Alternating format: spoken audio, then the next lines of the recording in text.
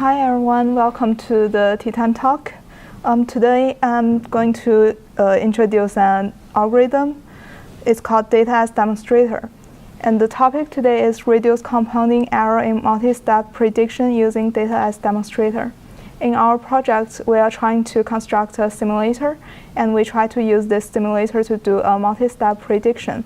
In this process, we have some problem, and we use this algorithm to solve our problem. So today, I'd like to introduce this algorithm to you. Is this your algorithm or an algorithm from the literature? Oh, the algorithm from others was presented by Dr. Venkatraman, Dr. Hebert, and Dr. Bagnell in 2015, and in their paper called Improving Multi-Step Prediction of Learned Time Series Models. Speak a little bit, please. Oh, yeah, sure. Speak aloud, please. Sure. Sorry. So this is the outline for today's talk. And firstly, I will do some introduction. I will introduce what multi-step prediction is and how we do this prediction and what problem we have when we do this prediction. And then I will introduce this algorithm called Data As Demonstrator. And after that, because we apply our own data set on this algorithm, and I'd like to show some experimental results and show how this algorithm helps us in our own projects and how strong this algorithm is. And at last, I will give a very short conclusion. So let's start from a single-step prediction. We have a model, and we send some data into the model, and our model will do the prediction for us. So the fed data could be a state or state action pairs, and the prediction can be the next state. In this process, unless you are using a perfect model, which is almost impossible, the model will introduce some error in this process. And when we try to do the multi-step prediction, we iteratively use the same model. We take the first prediction as an input and send it into the model again. This figure is a simple model for our own project, actually. Because we want to apply reinforcement learning algorithm, we define state and action. So we use our model to predict the next state and generate the data. We don't need to predict the action because the action should be decided by the agent. When we train and test our model, the first state comes from the data set, and all the action comes from our data set. During this process, there will be a compounding error, because in a single-step prediction, there exists an error, and when we take this prediction as an input, it's like we bring this error into the next prediction, and the next prediction itself will lead to another error, and those errors accumulates. Besides, the wrong prediction could change the distribution of the input state, and it could be even outside of the range of the input, so it leads to more error. It has been proved that the multi-step prediction error is bounded by an exponential in the time horizon, so it is not simply a summation, it's exponential. Before I introduce the algorithm itself, I'd like to list some advantages, which are the authors listed them in their own paper, and make you interested in this algorithm. This algorithm is easy to understand and easy to implement. It has no assumption on differentiability, which makes it more general. The third one is the algorithm is data efficient, because when we apply this algorithm, it needs no more new data from the data set. It only takes the data that you have already sent them into the model, and it also takes the action at the same time. When the learner has a no regret property, this algorithm has performance guarantees. Yes. Does the algorithm address the problem that you outlined in the previous slide? Address the... Does it address the problem of compounding errors? Yeah, I will talk it on the next slide. It does address it?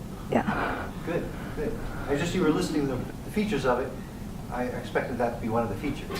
Okay. Okay, good. So in the paper, the author has some assumption on the data, which is exactly what we have in our own project. It assumes that we have a trajectories based on the time series. We have state at time step t, and we have state at time step t plus 1. The problem setting is that we have a learner and we learn a model for training data. The model is trying to minimize the loss of the predictions. The loss refers to the difference between the prediction and the ground truth. When the loss is lower, we say that our model can fit the training set better. The model can be used to predict the next state. The x is the ground truth, and m hat is the learned model, and the x hat is the prediction. This process is just what we saw before in the model for our own project. Yes? So make sure, I think it's a typo, but you have the set xt and xt plus 1, and then an I after that. Should that be t, or is it a typo, or does it need to be different? Sorry, you mean Above. this? Above the summation. You have an I at the very end. Is that a typo for t? Or is that, what does the I mean there? Oh, I'm sorry, it's a typo. It should be the prediction and ground truth. So what, I'm even more confused. So what exactly what does the I mean, and what does? It must be a sum over I. It's a sum over time t? Oh, it's a summation over I. Summation over I? Yeah, it means the different samples. The ith pair. Yeah. I is, It's a pair of successive. so there's I pairs. Maybe we could get trajectory and, so I think it's x1, x2, x2, x3, x3, x4, x4, x5, right? Right, but we have several trajectories. Oh, so it could be x1 super I, x2 super I. Is that? Sorry, So it's not a typo. You did mean I there, essentially. I don't see I anywhere in that formula. Yeah. It should be here. Summation over I. It's not quite. Sorry about that. Some better way to write it. Yeah, sorry, it's not. Go on. I'm sorry. here. I need to interrupt. Yeah, but basically this formula means that we are trying to choose a model from a set of models, and this model is trying to minimize this summation, and this summation is the loss of each sample's, the summation of the loss of each sample. Yeah. Good enough.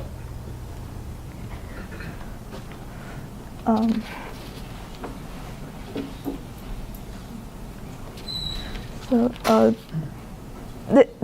this figure shows how Data As Demonstrator works. The red circles are the ground truth, and the white circles are the predictions. So for the first graph, they both start from x0, which is the ground truth in our data set. And the ground truth just go from x0 to x1 to xt. And our prediction is from x0 to x hat 1 to x hat 2 to x hat t. So we can see that in this figure, the distance between xt to x hat t is increasing. This means that in this prediction, the loss is increasing as the number of steps increases. And the second figure shows the basic idea of Data As Demonstrator. Firstly, the model does the prediction. After that, we take each prediction of this trajectory, and we also take each ground truth in this trajectory. We take the prediction at time step t and the ground truth at time step t plus 1, and we make them as a pair and put them into the training set. So if I can ask about 2 slides, should that one be the loss of xt and xt hat? Yes. So the xt plus 1 was missing. Yeah, that's a mistake. I'm sorry. Okay, good. Now I understand better. Thank you very much.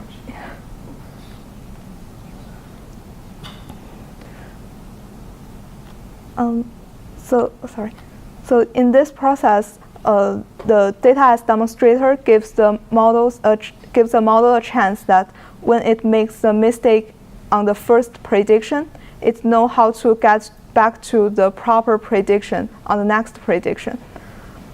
Sorry, I'm a little bit confused. Isn't this just a dagger? Like Dagger? Data aggregator.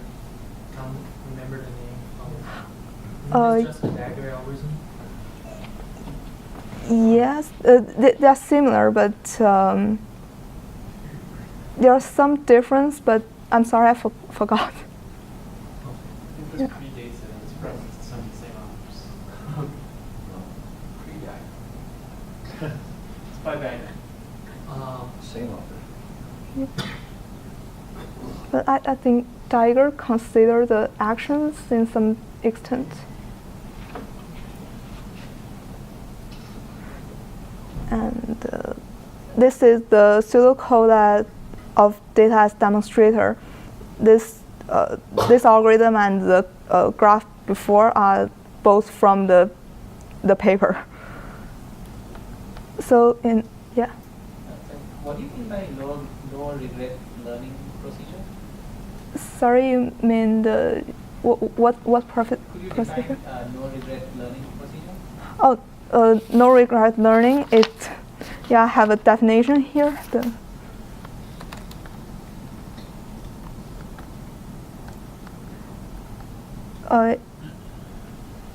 I didn't show this. A no regret learning algorithm is one that produces a sequence of model Mn, such that the average regret of this difference tends to 0 when n is infinity.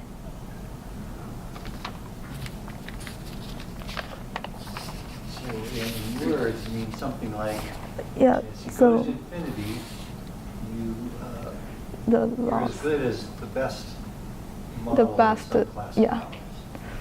So the approach of the performance of a virtual algorithm with unlimited computational power and full knowledge of the future, it's a property known as no regret.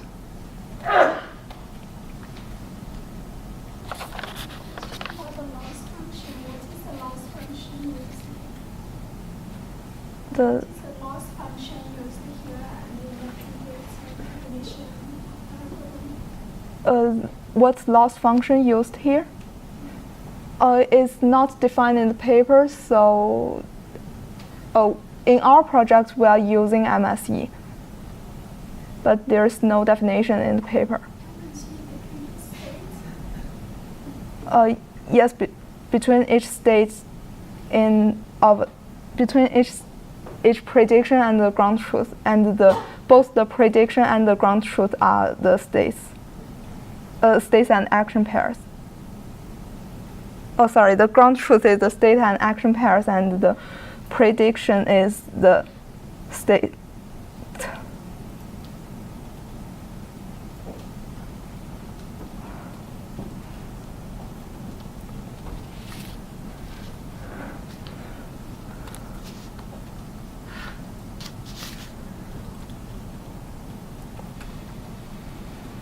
So big K, is that how many steps ahead you look? Sorry, this one? Yeah, because you simulate ahead and then you kind of correct. Yes, it means how many trajectories we have. How many trajectories? How about the length of the trajectory? Length is defined as the t. I mean, you're looking ahead, you're imagining a sequence, Yeah. and then you're correcting those back to the actual sequence. Yes. So how far ahead do you look?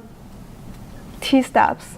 They use tk because they have different trajectories with different length.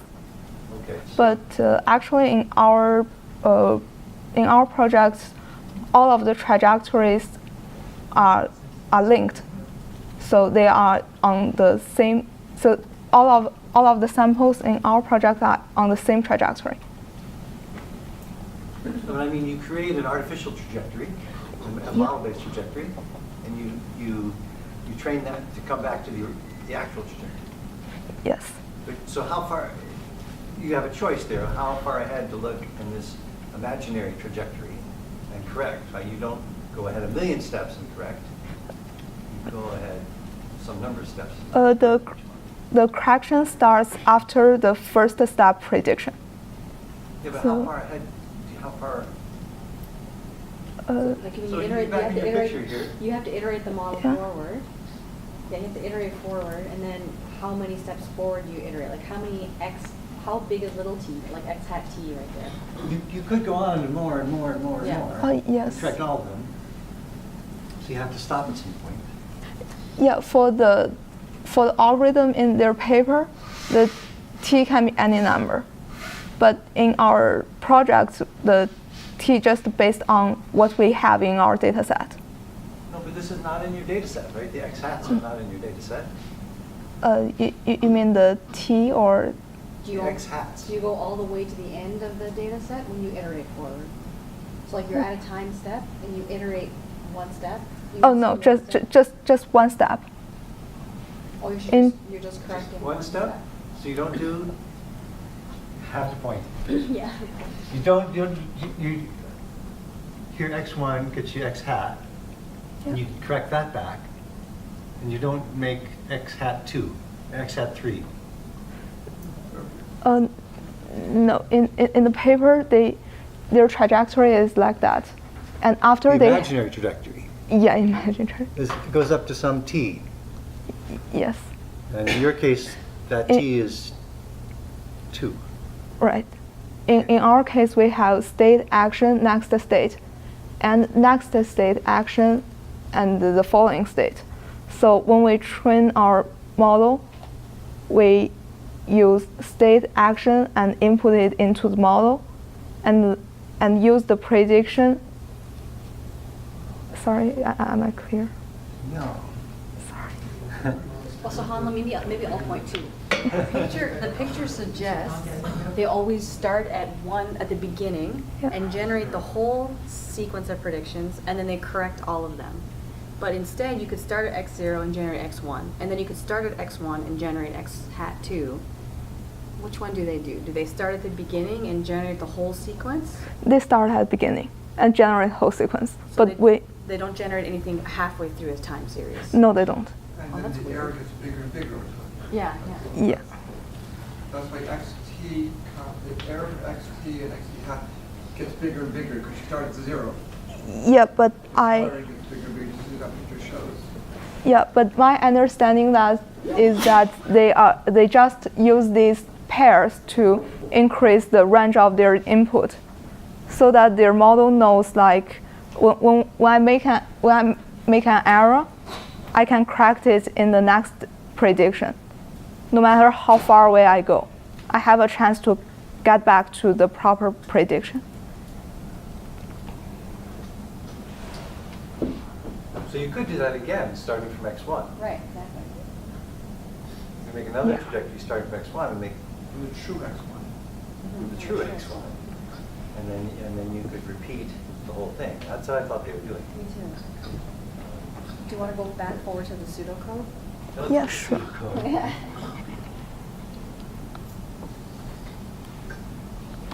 Yeah, it looks like they generate the whole thing. But they have several trajectories, so when they initialize the data sets, they can start from different states. That's true. They could cut up a larger trajectory into smaller chunks. Yeah. Because they have in the first line of the code, there's a initialize aggregate data set. So I think in this process, we can cut our data sets however we want.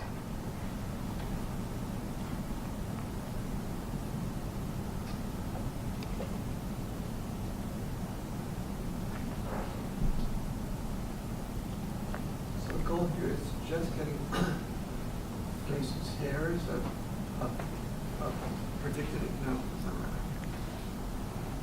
Yeah, I think that's right. I think they're just trying to match pairs. Trying to get pairs of x hat pairs, right? Yeah.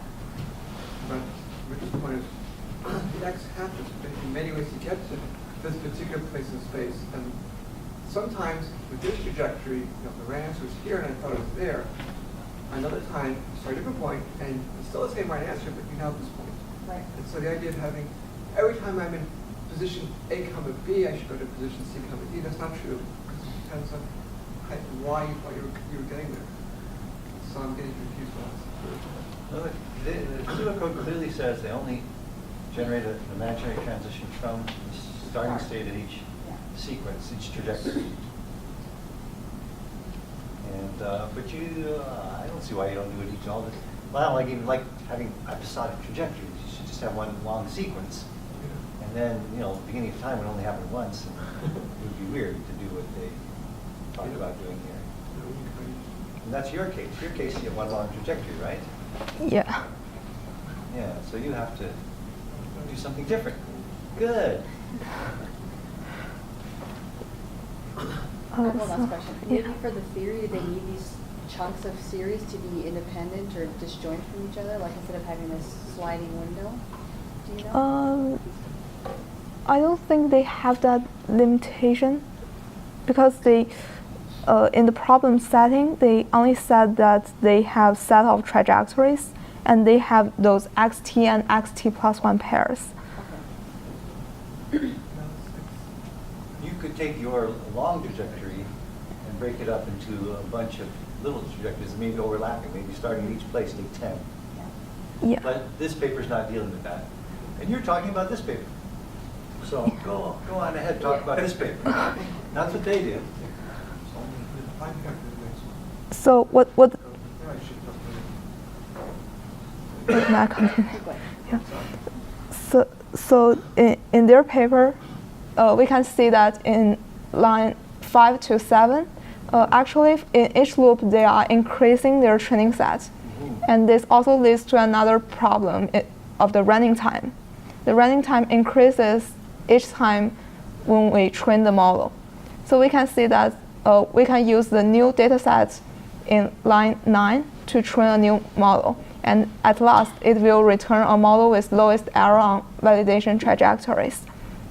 But since the running time increases for each time, what we are doing in our own project is like we firstly use our learner to train a good model, a relatively good model. And then we start to use Data As Demonstrator. We run Data As Demonstrator for 10 times, so which means the big N is 10. And for each outer loop, we add only 50% new pairs into our data set. So this decreases the running time for training.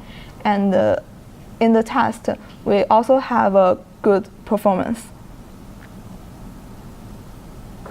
Before I actually show the experimental result, I will briefly introduce what our learner looks like. We use artificial neural network to train our model. We send the state and action into the model, and it outputs the next state. We have 4 hidden layers, and each with hundreds of perceptions. Here's other settings of our neural network. We use mean squared error as loss function. In that formula, the I means the ith feature in each sample, and the y hat means the prediction. The y means the ground truth, and n means how many features we have for each sample.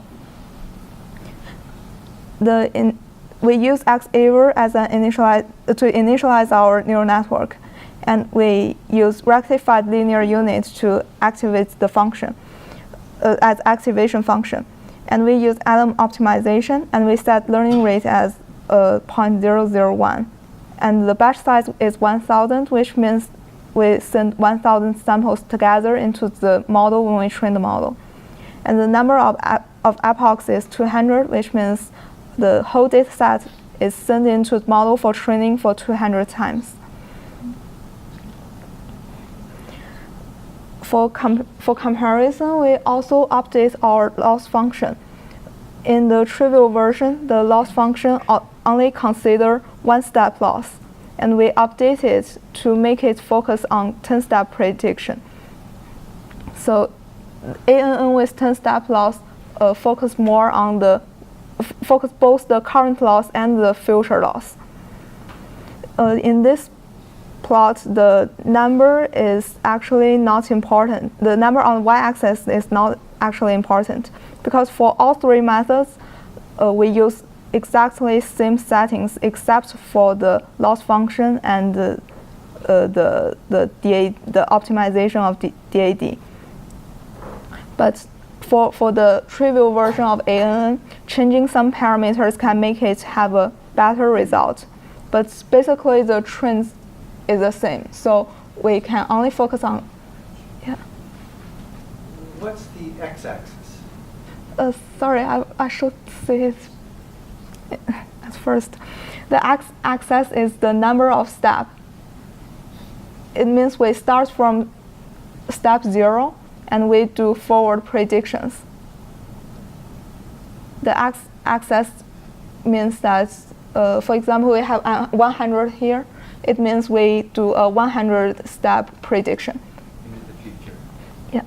From And in this process, the model won't look at the ground truth. It just takes the prediction as the next input and move forward.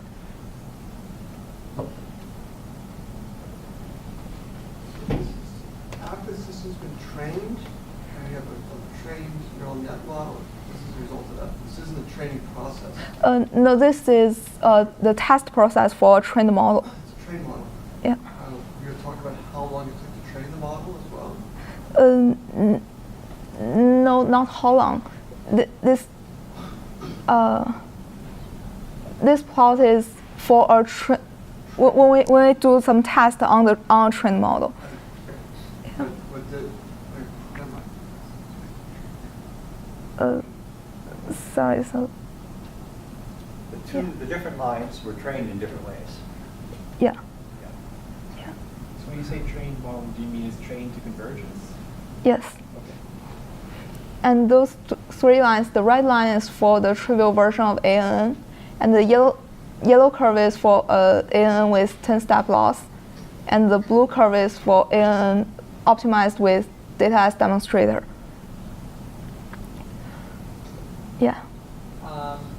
How come the loss plateaus after a certain number for prediction? Because it's like it's getting something wrong, but it's not going any more wrong. Yeah, I'm about to say that. For the trivial version of ANN, it increases sharply at the very beginning of the test, but it stops at some level. It's because all of our data are pre-processed, and all of the data are between 0 and 1. So this could be an upper limitation of the loss. It is bad enough, and it cannot be worse. After fall off the cliff, it doesn't matter. All becomes clear and dark. So in 100-step prediction, the ANN shows a pretty bad performance from the very beginning of the test. And both ANN with 10-step loss and ANN with DAD are much more stable. And then we only focus on the ANN with 10-step loss and ANN with Data As Demonstrator. And this time we can look at the loss, which is on the y-axis. And the x-axis is still the number of steps. So we can see that before 400 steps, both models show a stable performance. The loss are under 0.02. And after 400 steps, both of the curves starts increasing, while ANN with 10-step loss increase a little bit quicker than ANN with Data As Demonstrator. And after 750 steps, ANN with 10 steps loss increase faster. Well, at the end of the test, ANN with 10 steps loss gets to the level of 0.045. while AN with Data As Demonstrator stays on the level of around 0.025. So from our experimental results, we can see that although at the beginning of the test, both methods have a similar performance, but when we look at the long-term prediction, AN with Data As Demonstrator shows a much better performance. We also zoom in and look at what happens at the beginning of the test. AN with 10-step loss starts from a lower loss. However, after around 20 steps prediction, their performance becomes similar. Yeah. Is this shading standard error? It's a 95% confidence interval. Sorry, I forgot that again. So at the beginning, it doesn't look significant. Yeah, because we want to iteratively use that model, so I think we should focus on the long term. And besides, the performance becomes similar very quick. It's similar at the beginning, too. That's what I'm saying. Yeah. Because it's not significantly different. Yeah. Oh, and all of this data are based on the average of 50 runs.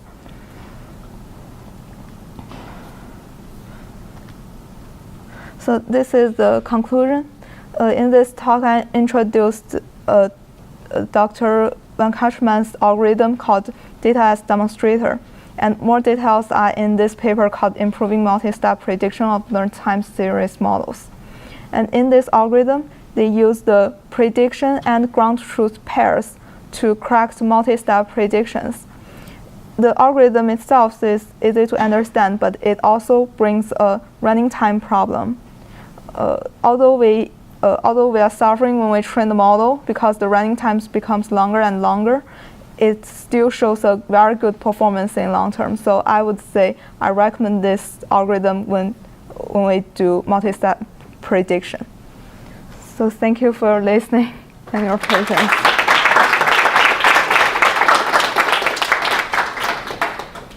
Yeah.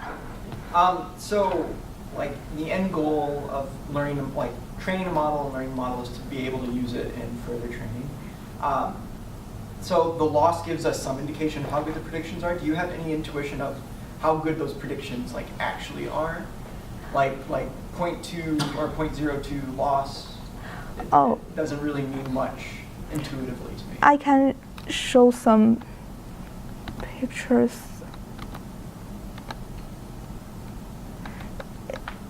Because I didn't introduce the data set and the features, so it might be strange to put this figure in my presentation, so I just ignore it. But we can see that TMP is one of the features in our data set.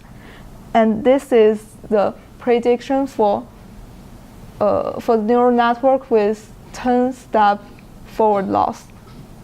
Yeah. A small suggestion, if instead of showing the square loss, you show the root mean square loss, then the number it'll be like the square root of 0.02. And it'll be how much you're off. It'll be the amount by which you're off. Yeah, thank you. What's the square root of 0.02? Come on, you guys. What is it? Roshan? Square root of 0.02. What? 0.44. 0.4? He has a laptop, is cheating. Come on, Eric, what's the square root of 0.02?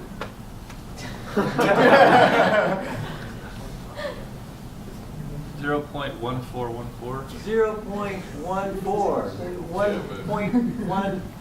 1.15. So. This is the value of the feature, not the loss. So That's how much off you're going to be. About 0.14. And so maybe that's because your numbers are 0.2 and 0.4, so you also have 0.14. Yeah.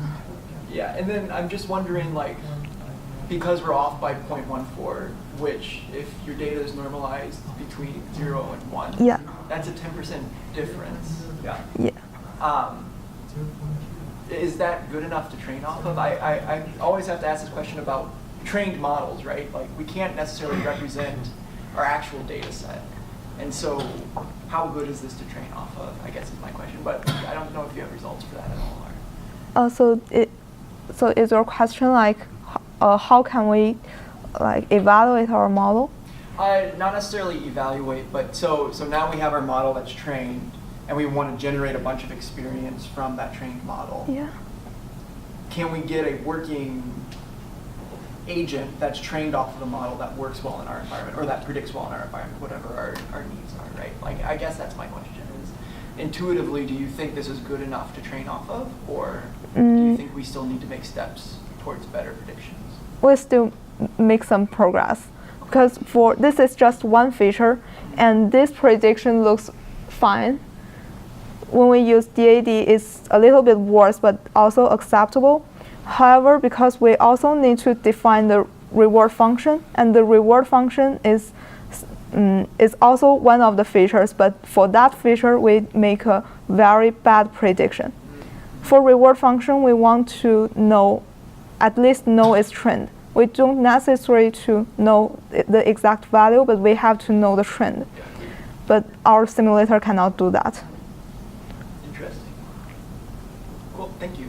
No problem. Can you go back to the talk in the previous second class slide? Sorry, The slide where you give the actual formula. Go back one. No. Go back one. One that's just before the very end. No, the slide very. That one. 15. Oh. Slide for the very end. Will you read? No, or maybe the very end slide before you. The next slide, please. 16? Yeah, because you had slides and questions. Slide before questions. But So you have x hat t, x t plus 1. That was one. You're still worried about that? Let me ask a question. So I think what you're saying is, I have a trajectory, and I'm at a particular wrong position. And for that wrong position, I want to get to the right position. So for this particular trajectory, when I thought I was in position 1, 1, I should have been position 0, 0. And the next step, if I was at position 0, 0, would have been 1, 1. But I wasn't. I was at the wrong position. So for this particular trajectory, when I thought I was at position 1, 1, it really was 0. It really was 0, 0. And I should have gone to the next position. But for another trajectory, I might get the same wrong number, same xt hat. There'll be many ways to get xt hat, all of which are different mistakes. And for some xt hat mistakes, the correct answer is this xt plus 1. For other ones, it's a different one. Again, with the board, I could do it easier, but how do you avoid that problem? Okay, so I guess you mean that if we make same mistake, but in different times, in different trajectories, we have different next state. Exactly. So sometimes if I see xt hat, that's the wrong state. And sometimes if that's a mistake for this position, then the correct answer is here. If this mistake was because of another trajectory, I should be over there and not over there. And yet you only have one, you have xt hat and xt plus 1, as if there's only one way to get to xt hat. Yeah, that's a problem, but I think we might need a model that knows the probability of transfer. Because the world may be stochastic. Yeah. We're sort of assuming the world is deterministic. It's more than yeah. So the station. But the world is you really have to worry about the world being stochastic. And then because you're iterating the model, really the thing that the model produces, maybe it could never happen, because this is an average of two things that do happen. It's an expectation model. And it's a nonlinear expectation model. So if Muhammad was here, and he's sitting next to E, they should both be saying, yeah, it's not really valid to iterate a nonlinear expectation model. And why aren't you saying that? Because there's no solution, so might as well do this.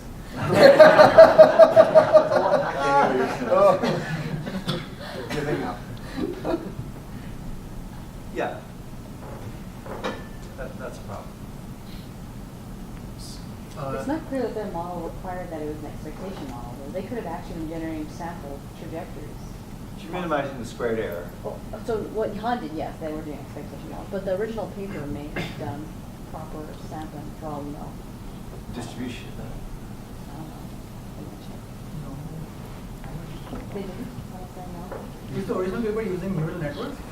The paper Sorry? is from 2015, so I'm pretty sure it was a discriminated model. Expectation model. Okay, it's possible. Okay, who is this? Should I think we just Yeah. So just one more comment. I think the reason it starts from the first state is because it wants to the training distribution and the testing distribution to match. Since it's going to test it from the initial state distribution, and when you train it, it wants that the data generated by these algorithms to follow to match with the testing distribution. If you start from somewhere between the trajectory, something that you generate might not be valid when you do testing. Did I make myself clear? That sounds Yeah, I think that's reasonable. That makes sense. Yeah. Are you also predicting the reward because you will be using this model to train an order agent, right? Sorry, predict what? Are you also predicting the reward? No, we're not actually, because the reward is included in the state, it's one of the features. So yes, you can say that we are predicting the reward, but the reward function may not be the value of the feature itself. We might make some change of it. Thank you. Thank you.